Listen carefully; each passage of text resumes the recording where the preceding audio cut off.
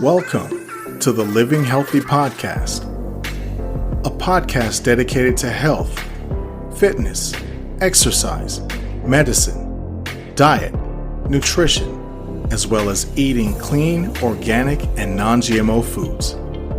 Let's live the journey through weight loss, weight management, and accomplishing goals. I'm your host, Eddie Randall.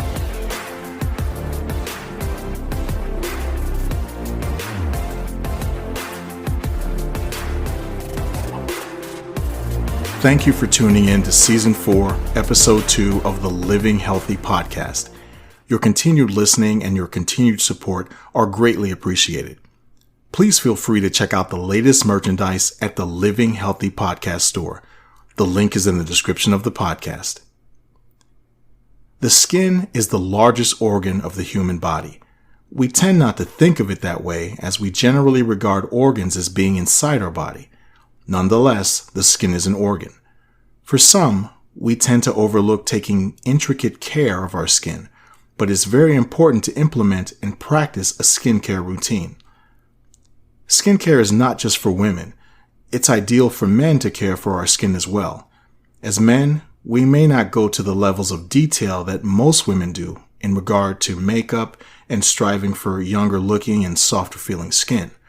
But maintaining healthy skin is important, especially when we shave, and in comparison to women, we often tend to have careers where we are exposed to certain workplace toxins. Our skin can absorb chemicals, and although our skin is waterproof, tough, and resilient, it's important to do the best that we can to take care of our skin. On top of that, as we age, collagen breaks down, and our skin becomes thinner and more vulnerable. While aging is inevitable, it's important to do the best that we can to care for our skin. This includes a skincare routine as well as eating foods that benefit the skin. Tonight, I will address common care routines as well as foods and exercises all aimed at caring for our skin. Tonight's podcast is entitled Augmenting Skincare: What Men and Women Can Do to Take Care of the Body's Largest Organ. Understanding your skin. To understand skincare, it's important to understand the skin.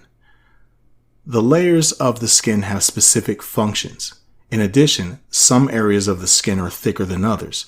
For example, the soles of the feet and palms of the hand have thicker skin. In general, the skin has multiple layers, but for simplicity, I'm going to talk about the three main skin layers: the epidermis, the dermis, and the hypodermis. The epidermis is the top layer of the skin. This is the number one barrier between us and the world we live in. The epidermis is the thinnest layer of the skin and contains 5 individual layers. The epidermis is responsible for skin color. It also creates new skin cells, and they make their way to the top layer to replace dead skin cells. What I found amazing is that a great portion of household dust is actually dead skin cells. Also, the epidermis protects the skin from ultraviolet radiation. The dermis is the next layer, and this is the middle layer of the skin. This layer contains 2 individual layers of its own, and those layers contain blood vessels, fat cells, hair follicles, nerve vessels, receptors for touch, and cells that work with the immune system. The dermis transplants nutrients to the outer layer, which is the epidermis. It also helps to control body temperature via the sweat glands to release heat from the body by sweating. The nerve vessels allow you to feel sensations. This works with the brain to allow you to type, feel pain, grasp a grape without crushing it, and grab a rope so you can climb. The next layer is the hypodermis. This layer is the deepest layer of the skin, and it connects the skin to bones, muscle, and tissue. This is where adipose tissue is stored and helps the body against trauma. It provides structural support and also insulation to keep you warm in the winter. Blood vessels in the hypodermis can undergo thermal regulation. This is done to help cool you down in hotter temperatures. This adipose tissue can also be used as a reserve for energy when the body needs it. What causes damage to the skin? The outermost layer of the skin is the most affected by the outside world through cuts, scrapes, bruises, and infections. Aside from that, there are other things in everyday life that can damage your skin. Knowing what they are and taking steps to initiate proper care and prevention is the number one thing that we can do to protect our body's largest organ. Now, ladies, don't hate me for this one, but makeup is one of the biggest things that can damage the skin.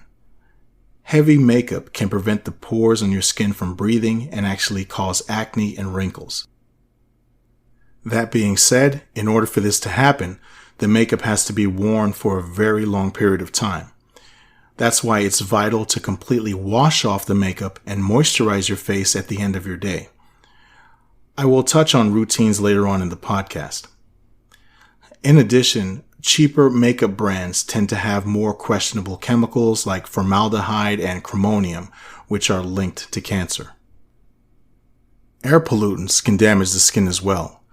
Polycystic aromatic hydrocarbons result from smoking cigarettes, burning trash, bonfires, campfires, cooking, car exhaust, and aircraft exhaust.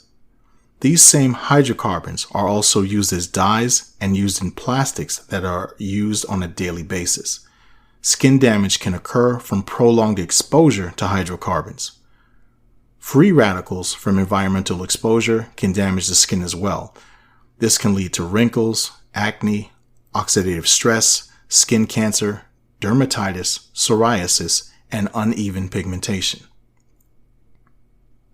Although getting vitamin D from the sun is great for the body, ultraviolet radiation in exorbitant amounts can lead to liver spots, cancers, as well as giving your skin a leathery appearance.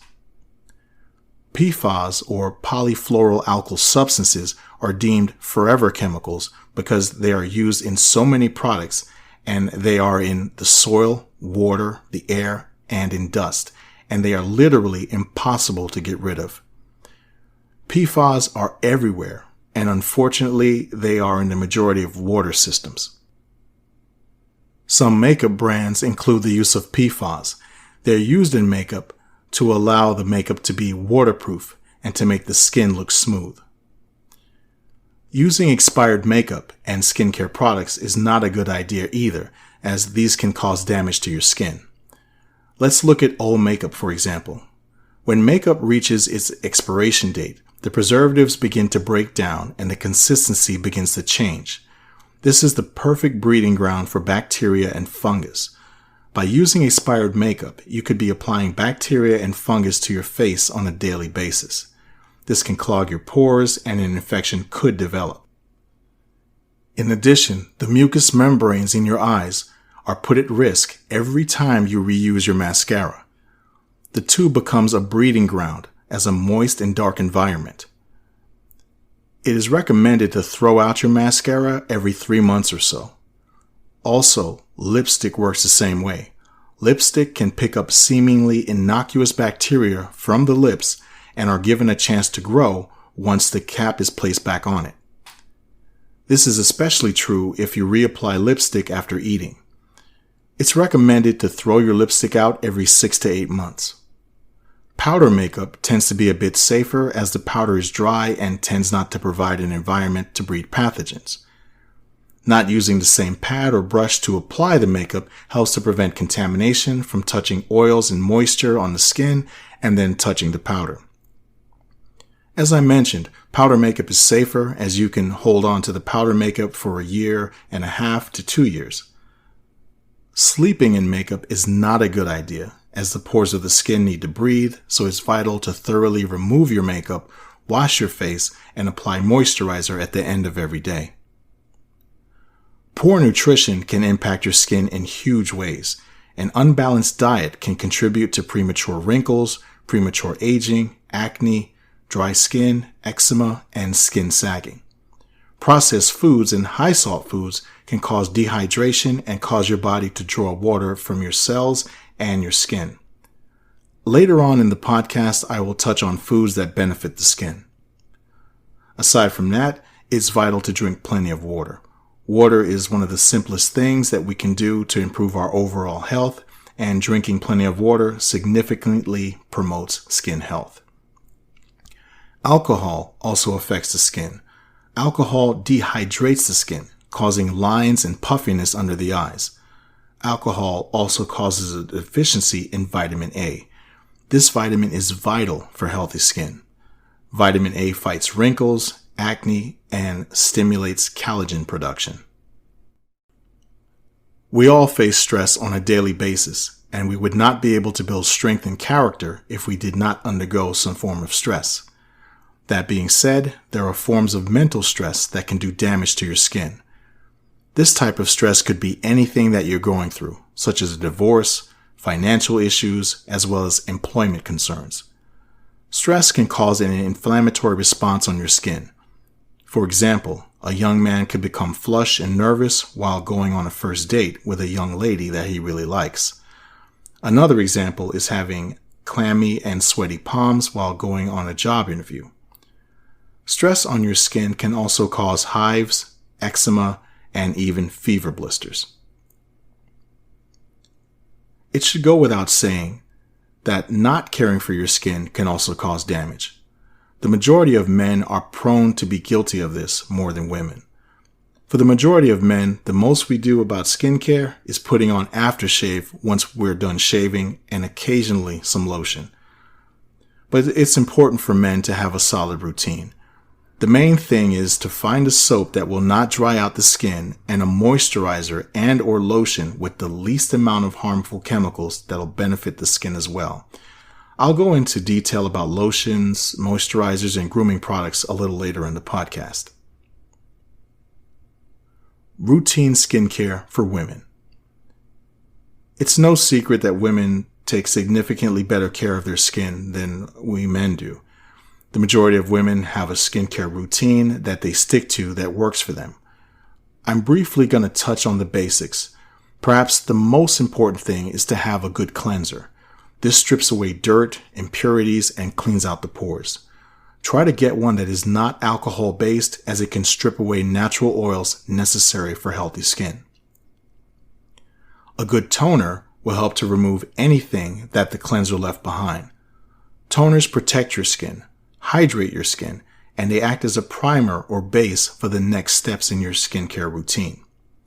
Any lady can use toner, but toner is especially useful if you have acne, dry skin, or oily skin. Serum can be used next. There are a plethora of serums on the market. These are oil and water-based products that contain concentrated ingredients that are meant to be absorbed into the skin to deliver the desired effect. For instance, some of the most common serums are ones that are formulated to reduce wrinkles, combat acne, hydrate, and improve your overall complexion, and they also have ones for sensitive skin. These are things that have high amounts of a compound such as vitamin C, vitamin B3, resveratrol, and retinol. These are all aimed to help improve healthy skin, all while delivering the desired look you want.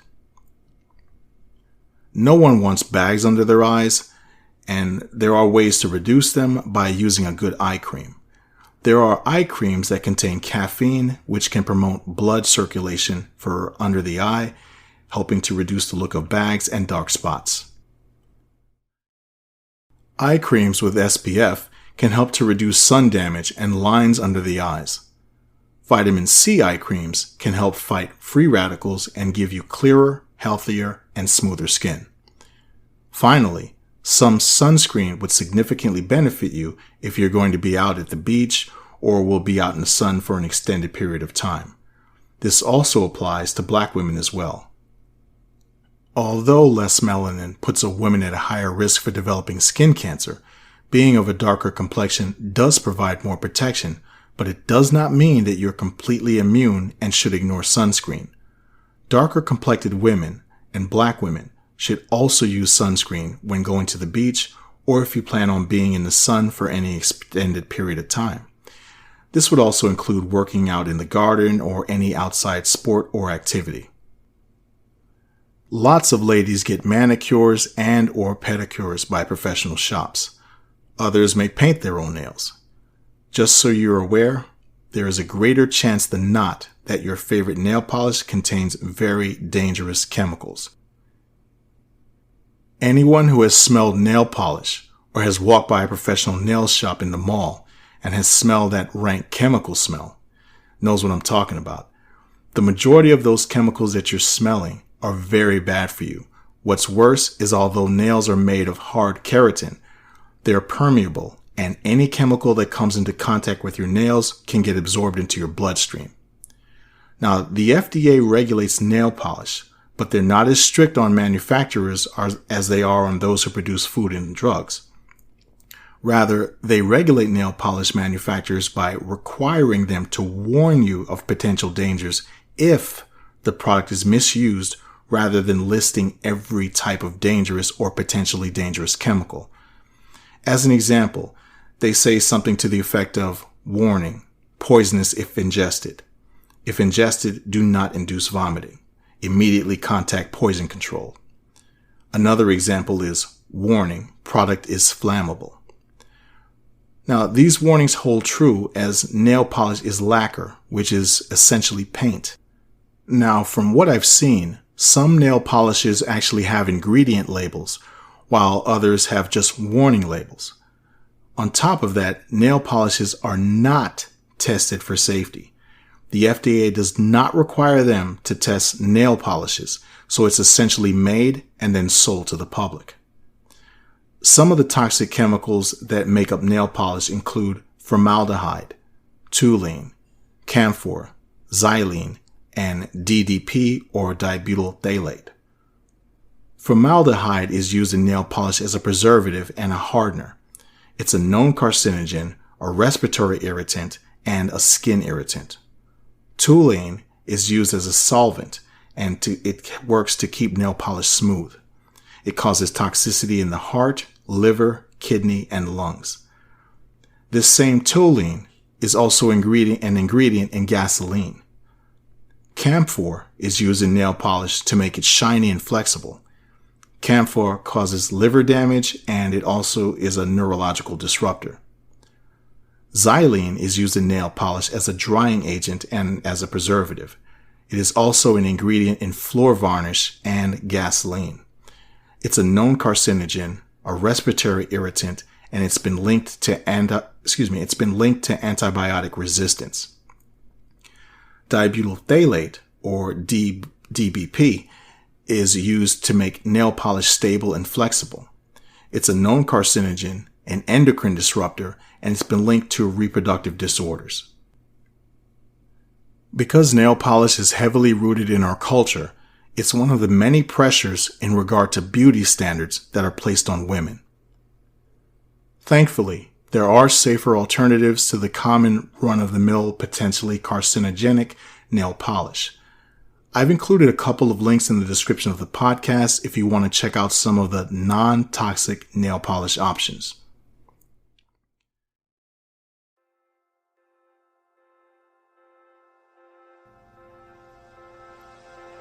I want to thank you for supporting me by listening to the Living Healthy podcast. My podcast is listed on many platforms, including Anchor, Amazon Music, Apple Podcasts, Google Podcasts, iHeartRadio, and many, many others.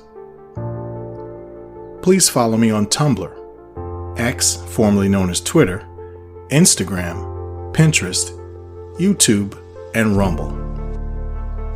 If you have any questions or topics you'd like me to cover, please don't hesitate to ask.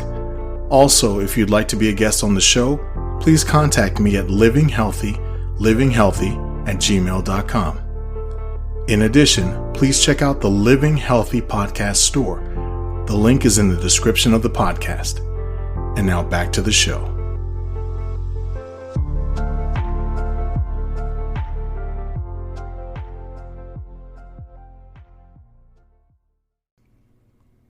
Routine skincare for men. As men, we need to practice good skincare. It's important that we do it for ourselves, but as an added bonus, women love men with good-looking skin. It's very important to have a dedicated skin routine. A good cleanser does wonders, as men tend to have more industrial jobs where we're exposed to certain impurities in the workplace. A good cleanser helps to remove impurities, dirt, and grime from the skin. A good moisturizer will help to replenish and to strengthen the skin's natural oils. For mustache and beard care, it's important to use a shampoo especially formulated for our beards and mustaches, as the hair on our face is different from the hair on our head. In addition, traditional hand soaps can actually strip away essential oils that benefit our facial hair. There are plenty of products out there. Just try to get ones that are free of parabens, sulfates, and phthalates. When you wash your beard, make sure to pat it dry and do not rub it harshly, as the hair follicles are weaker than normal when they're wet, so it's important to treat it accordingly. After drying, you can follow up with a beard oil to hydrate and replenish oils lost when washing. Also, try to get a balm that contains biotin, which helps to promote hair growth and health. Sunscreen is a must if you're outdoors, which most men are, and it's best to do everything that we can to limit the risk of developing skin cancer. Generalized skincare. Using lotion is one of the simplest things that we can do to help to take care of our skin. Lotion helps to protect the skin by hydrating, and it also helps to lock in moisture. It's ideal to put on lotion after a shower or bath to help replenish the oils. Also, if you have dry, ashy skin, lotion can be your ally. It also helps to soften rough parts of the skin like the knees, elbows, and heels. Some lotions also smell great, which give you a calming effect, which in turn can relax you. So as you can see, lotion has tremendous benefits. That being said, it's important to choose one that is void of questionable chemicals and potential carcinogens. One way to do this is to avoid really cheap lotions. For example, if you see a 16-ounce bottle of lotion that's only $2, you may want to avoid that one. More importantly, pay attention to the chemicals that you should avoid. I'm going to list some of them. What you can do is you can write them down or make a note about them in the notepad on your phone. You can pause the podcast if you'd like and document them. Then when you go shopping, use your phone to take a picture of the ingredient label, enlarge it, and then look at the contents before you buy it. I'm going to touch on a few of those questionable ingredients. The term fragrance, which can be hard to avoid, is one that has loose regulation. The term fragrance can contain as little as 400 different ingredients, and it can go into the thousands. Many of them are potential endocrine disruptors and carcinogens. Mineral oil is considered to be safe by the FDA. However, it can contain carcinogens if it is not properly processed. Phthalates are used to give lotion its creamy consistency, which is fine. However, these same phthalates are also endocrine disruptors that have been linked to asthma, allergies, and insulin resistance. BHT, or butylated hydroxyanisole, is another ingredient to be wary of. BHT is used as a preservative to prevent the lotion from separating. It is a carcinogen, a skin irritant, and it also is an endocrine disruptor.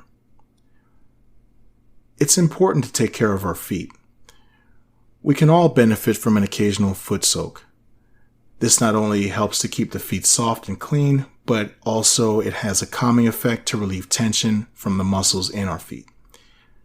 You can use an old-fashioned stainless steel basin if you can find one, or opt for a traditional foot bath with heating and jets. You can use baking soda or Epsom salt in the water. This helps to soothe and soften the feet, helping to remove calluses and dead skin. You could also use apple cider vinegar or white vinegar in the bath as well. The antifungal properties of the acetic acid can help to slow down or prevent fungal growth. The antibacterial properties can also do the same for bacteria. You can also use a pumice stone to help remove calluses and dead rough skin from the heel area. When done, make sure to properly dry the feet and use a good quality lotion void of the chemicals I mentioned earlier, and slip on some warm, comfortable socks and or slippers, and you're good to go. You can also soak your hands in the bathroom sink or plastic wash basin. This can have the same effect as with your feet, as it will soften the skin and help to relieve tension in the hands. Now, if you have any cut, scrape, or scratch anywhere on your skin, especially if you have one somewhere on your hands or fingers, no matter how small or insignificant, it's vital to make sure that you use alcohol to clean the area, then use an antibacterial ointment followed up by a Band-Aid. This may sound trivial and comical, but things like MRSA, E. coli, and necrotizing fasciitis are not trivial and they are not comical. And if you're in the public touching gas pumps, doorknobs, armrests, shopping carts, and credit card keypads, it's up to each individual to do his or her personal best to try to keep themselves healthy, especially if you have the responsibility of a family to look out for. Your common sense and your practices will allow you to remain healthy so you can provide for your family and address their needs. Skin cancer checks. It is paramount to check your skin for changes in pigment, suspicious looking moles, or any growth or change that looks abnormal. This involves a skin cancer check. Sometimes skin cancer can develop on parts of the body that are not directly exposed to the sun, as the sun is only one of many vectors of developing skin cancer. Get a full-length mirror and a smaller handheld mirror and look around your body to see if you see any abnormal or questionable changes. Make sure to check the soles of the feet and in between the toes and fingers. You could also get your significant other to help you by looking to see if he or she sees anything. Sometimes a second set of eyes can pick up something that you might miss. The American Academy of Dermatology Association posted a mole map. Now, it basically shows you how to properly check your skin for cancer. I've included that link in the description of the podcast, and I would strongly advise checking that out as it is full of very useful information. Things that can help the skin. The good thing is that aside from creams and cleansers, there are other things that we can do to help the skin to be as healthy as possible. As I mentioned, collagen naturally breaks down as we age. The simple act of drinking more water drastically hydrates the skin. It helps it to tighten and balances out the buildup of oils in the skin. It also helps to flush out toxins and balance pH. It's important to try to drink at least 8 8-ounce glasses of water per day, or 64 ounces.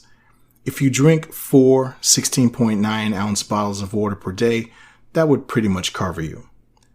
Now, to spice things up a bit, you could squeeze a teaspoon of lemon juice into each 8-ounce serving.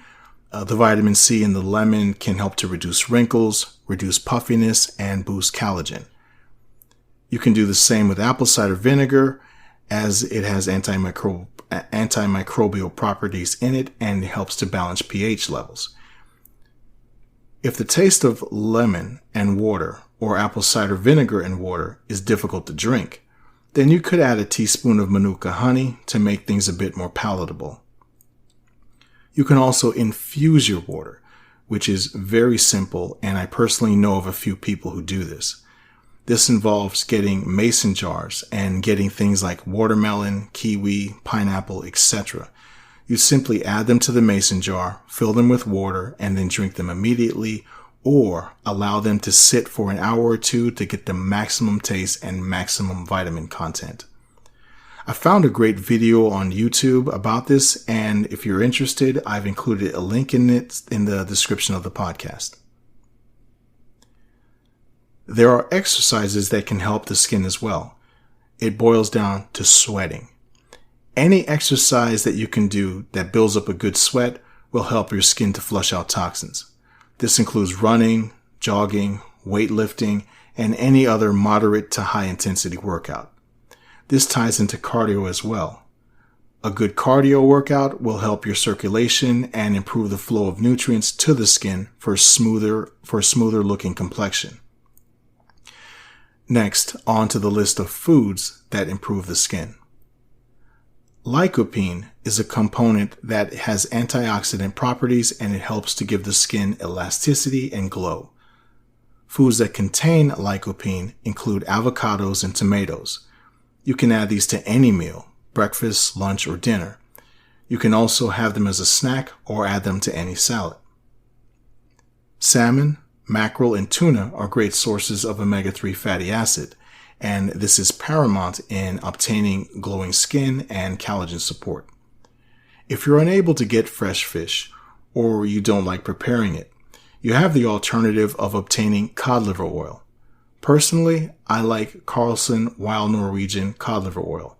It's one of the purest cod liver oils on the market. It's also pretty expensive, but my family and I have been using it for years and we have had tremendous results. If you don't like the taste of the oil, they offer one with a lemon flavor. If you're unable to stomach the oil even with the lemon flavor, they also offer cod liver oil supplement capsules. Grapefruits, lemons, kiwis, and oranges are great sources of vitamin C. I mentioned this earlier in regard to adding them to water to make infused water. They work to reduce wrinkles and work to increase collagen production. They fight inflammation and they also fight against acne. There are many vegetables that contain vitamin C as well, like kale, chili peppers, red and yellow bell peppers. You could have a kale salad with carrots, tomatoes, and avocado. You could add chili peppers to this as well, and also red and yellow bell peppers to any meal. Vitamin E strengthens the skin and works to support the skin by reducing dark spots and promoting skin regeneration. Salmon, tuna, tilapia, and codfish are great sources of vitamin E. Vegetables that are good sources of vitamin E include asparagus, spinach, and sweet potato. You can also incorporate vitamin E into your day as a snack by eating almonds, peanuts, and pistachios. Vitamin A helps the skin by evening out pigment, boosting collagen production, and reducing fine lines. Eggs and milk are a great source of vitamin E. Legumes like black-eyed peas are also a great source. Raw carrots and pumpkin are significant sources as well. Fruits that contain vitamin A include cherries and cantaloupe. That's going to do it for Season 2 of Episode 4 of the Living Healthy Podcast. I hope you found this podcast informative, beneficial, and I hope that I've motivated you to make the decision that you want to make. Thank you for your support. Thank you for listening, and I'll see you next time.